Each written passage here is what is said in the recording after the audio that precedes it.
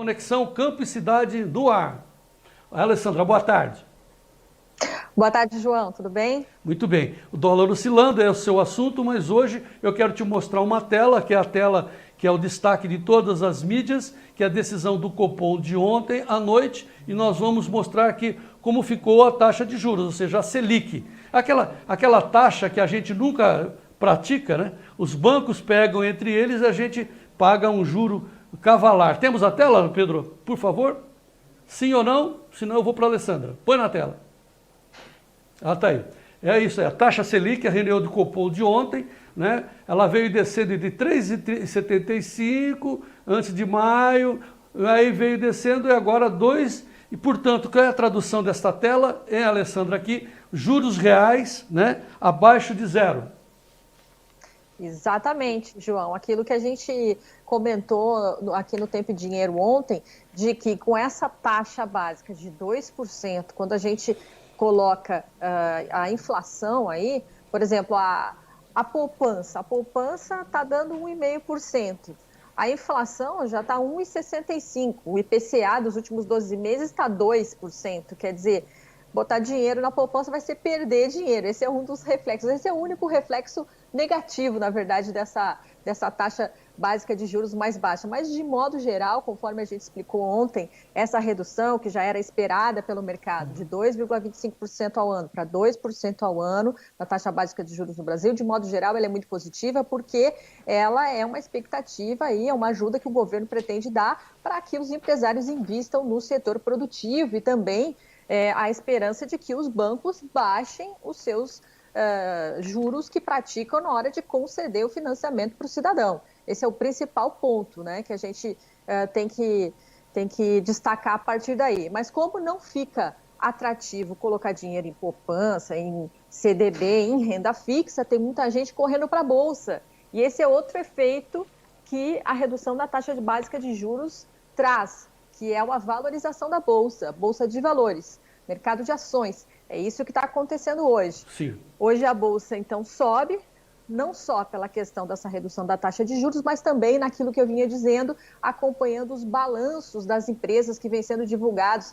Teve várias altas fortes hoje pela manhã, teve Sul América, teve TOTUS, BRF está subindo fortemente, várias ações, várias empresas brasileiras com resultados mais positivos do que se esperava e com isso a valorização aí do dinheiro de quem está colocando dinheiro na Bolsa de Valores. É uma dica, inclusive, né?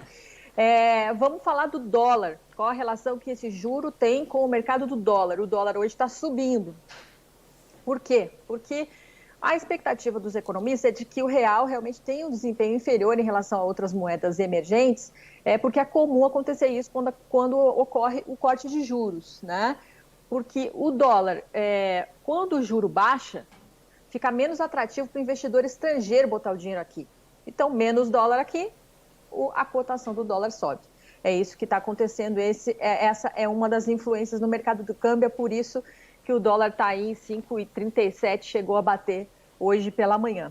E uma outra notícia no cenário econômico que influenciou a questão da subida do dólar hoje foi a divulgação da taxa de desemprego no Brasil pelo IBGE, que veio um pouquinho acima do que esperavam os analistas, né? O IBGE divulgou que a taxa de desemprego, nós vamos ter aí na tela que o nosso diretor Pedro também preparou, ficou no segundo trimestre desse ano em 13,3%, certo?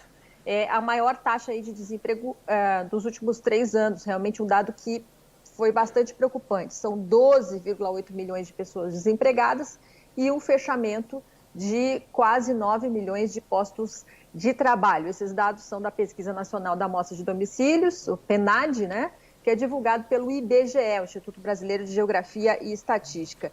E esse resultado é pior do que no primeiro trimestre. No primeiro trimestre, essa taxa de desemprego estava em 12,2%. Então, quer dizer, ainda os resquícios que a gente está vendo do período lá da quarentena, né, de fábricas paradas, comércio fechado, essa coisa toda, né, João? Sim, Alessandra, são quase 32 milhões de desempregados no país, né? E a gente até pode dar graças a Deus que não é pior essa situação, e você tem notícias boas, apesar dessas, entre aspas, más notícias do desemprego, né, Alessandra?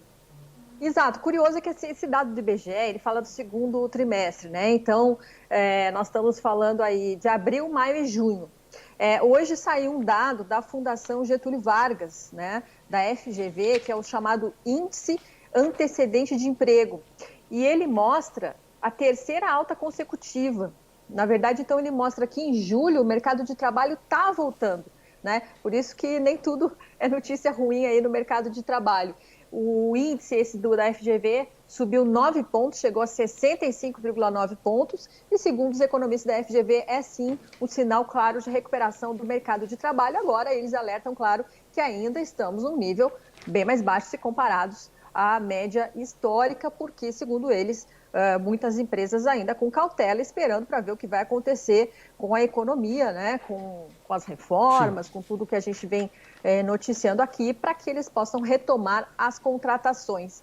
E nessa linha aí da notícia positiva, do reaquecimento da economia, eu queria só trazer uma curiosidade aqui, que hoje participei de uma reunião fechada de executivos do agro, que acontece aí a cada 2 meses, mais ou menos, e que sempre tem um convidado. O convidado hoje era o Silvio Munhoz, diretor de vendas de soluções da Scania, fabricante de caminhões. Olha só, João, ele disse que em julho a empresa bateu um recorde na venda de caminhões, foram 1.400 unidades aí, de modelos que eles relançaram recentemente. Então, assim, ele falou, sofreram bastante com a parada das fábricas no mês de abril, mas principalmente pelo agro, que não para, eles trabalham muito com pequenos e médios transportadores aí, ligados ao setor do agro. Com isso, eles estão conseguindo recuperar as vendas, embora também admita que não chegou ainda no patamar antes da pandemia. Excelente, João. Excelente notícia.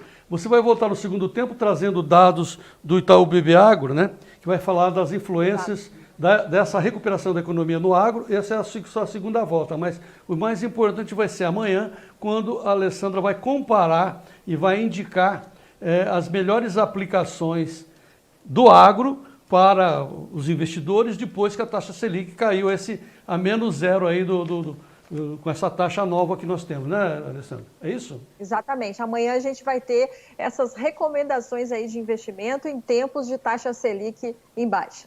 Tá certo. Daqui a pouco você volta, então, com mais detalhes. Obrigado, Alessandra.